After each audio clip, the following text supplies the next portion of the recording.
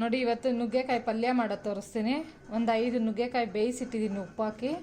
ಉಪ್ಪೊಂಚೂರು, ಖಾರದ ಪುಡಿ, ತೆಂಗಿನಕಾಯಿ ತುರಿ, ಇದು ಕಡಲೆಕಾಯಿ ಬೀಜ ಹುರ್ಕೊಂಡು ಪುಡಿ ಮಾಡಿಟ್ಟಿದ್ದೀನಿ. ಒಂದು 3 ಸ್ಪೂನಷ್ಟು ಕೊತ್ತಂಬರಿ ಸೊಪ್ಪು, ಒಗ್ಗರಣೆಗೆ ಈರುಳ್ಳಿ ಮತ್ತು ಕರಿಬೇವು, ಎಣ್ಣೆ, ಸಾಸಿವೆ. ಈಗ ಒಗ್ಗರಣೆ ಹಾಕೊಳ್ಳೋಣ. ನೋಡಿ ನಾನು ಬಾಣಲಿ ಇಟ್ಟಿದ್ದೀನಿ, ಕಾದಿದೆ. ಇದಕ್ಕೆ ಒಂದು 3 ಸ್ಪೂನ್ ಎಣ್ಣೆ ಹಾಕೋಣ.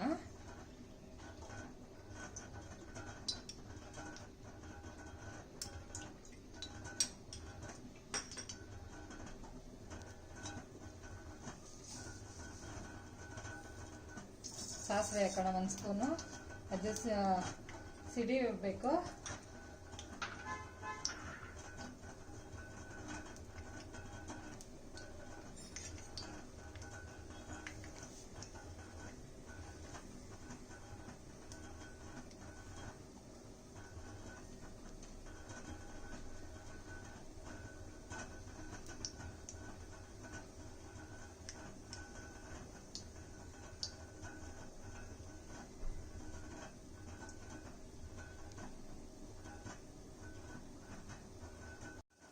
ನೋಡಿ ಸಿಡ್ದಿದೆ.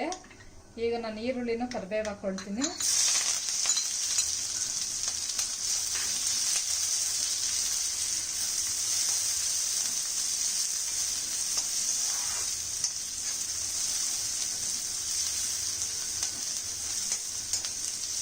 ಸ್ವಲ್ಪ ಫ್ರೈ ಆಗಬೇಕು.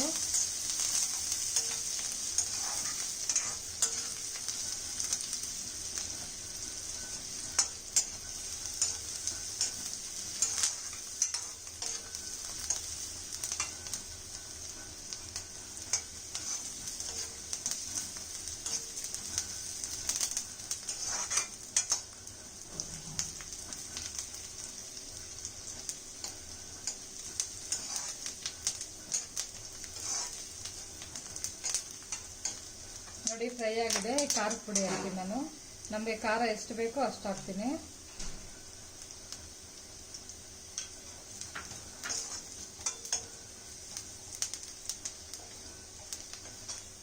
ನಾವು ಉಪ್ಪಾಕಿ ಏನು ನುಗ್ಗೆಕಾಯಿ ಬೇಯಿಸ್ಕೊಂಡಿದ್ದೀವಿ ನೋಡಿ, ಈ ಥರ ಬೆಂದಿರಬೇಕದು.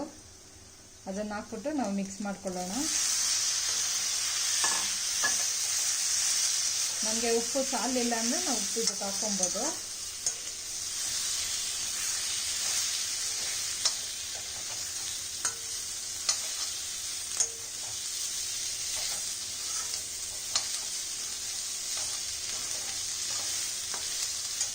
ನೋಡಿ ಈಗ ನಾನು ತೆಂಗಿನಕಾಯಿ ಹಾಕ್ತೀನಿ. ಫಸ್ಟು ಕೊತ್ತಂಬರಿ ಸೊಪ್ಪು ಫಸ್ಟು ಮಿಕ್ಸ್ ಮಾಡ್ಕೊಂಬಿಡೋಣ.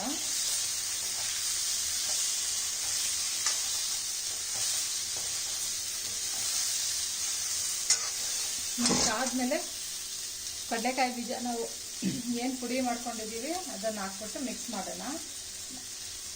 ನಾವು ಬೇಕು ಅಂದರೆ ನೀರು ಹಾಕ್ಬೋದು, ಇಲ್ಲ ಅಂದರೆ ಹಾಗೆ ಇಡ್ಬೋದು.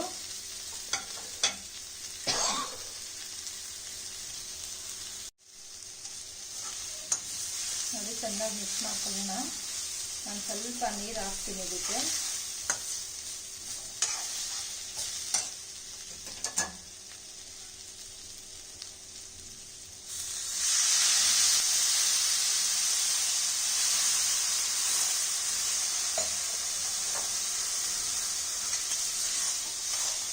ನೀರು ಹಾಕಿದ್ರೆ ಚೆನ್ನಾಗಿ ಮಸಾಲೆ ಎಲ್ಲ ಹಿಡಿಯುತ್ತೆ. ನಾವೇನು ಪೌಡರ್ ಎಲ್ಲ ಹಾಕಿರ್ತೀರಲ್ಲ.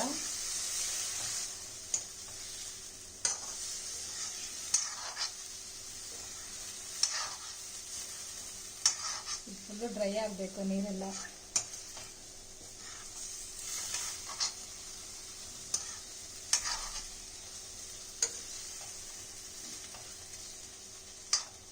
ಈಗ ಸ್ವಲ್ಪ ಮೇಲೆ ನಾವು ಉಪ್ಪು ಹಾಕೊಳ್ಳೋಣ.